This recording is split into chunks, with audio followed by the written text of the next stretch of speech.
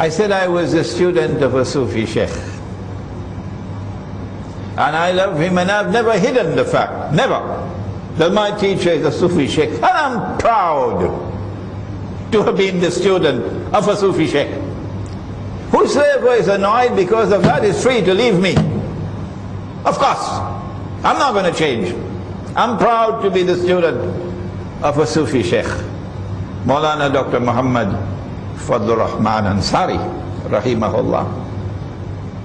And it is because of the training that I got from him that I am blessed today to do the work that I am doing. The Sufi Sheikh. But why do I no longer declare I'm Sufi? Why? You never hear me saying that. Why? I'll tell you why. I do not want to have to answer for Sufi practices which I cannot defend. No.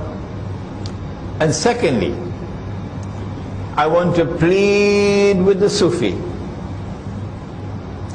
that if you have a religious practice, like we have right here in this masjid after the Salatul Maghrib, and we recite all these tazkirat for a long time, if you have a religious practice which you may have practiced for generations and generations, and you're very comfortable with it, something beneficial, not like drinking whiskey, no, but it is not based on the Quran and Sunnah. No. Even though it is beneficial, it cannot be something that is essential. No. If it is not in the Quran and not in the Sunnah, if the Aslaf did not practice it, it cannot be considered to be essential. Not at all.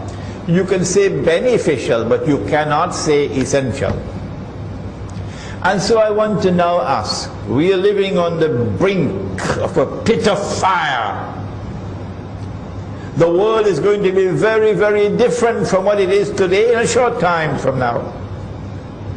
Are you going to allow these religious practices that your father and your grandfather and your great-grandfather and generations have practiced, but it is not in the Quran, it is not in the Sunnah, celebrating the birth anniversary of the Prophet Muhammad alayhi salatu wasalam, Mawlid, standing and reciting salams, Are you going to allow these religious practices to divide you from your brothers when they are not essential? What is more important?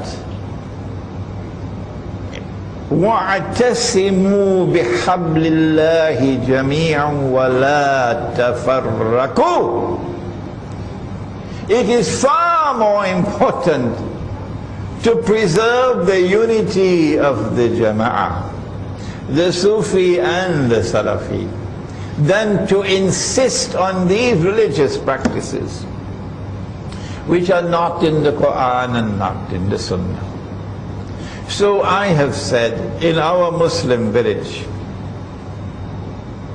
we will not allow in the masjid any religious practice which is not based on the Quran and the universally recognized Sunnah. And we will not allow it in our public life.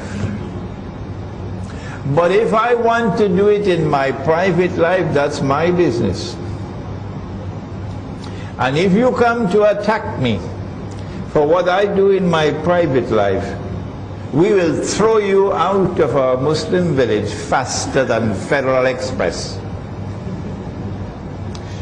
And I want to suggest this is the formula for unity. The Salafi who listens to me and who has his heart in the right place will recognize this is a workable formula for unity.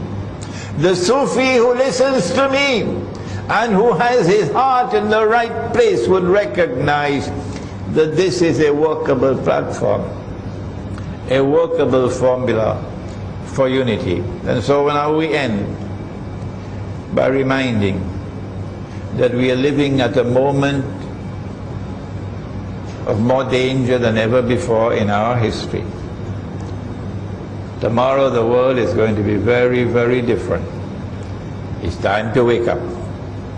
It's time to unite our ranks and no more fighting between us. And so let the Sufi and the Salafi come together as brothers to each other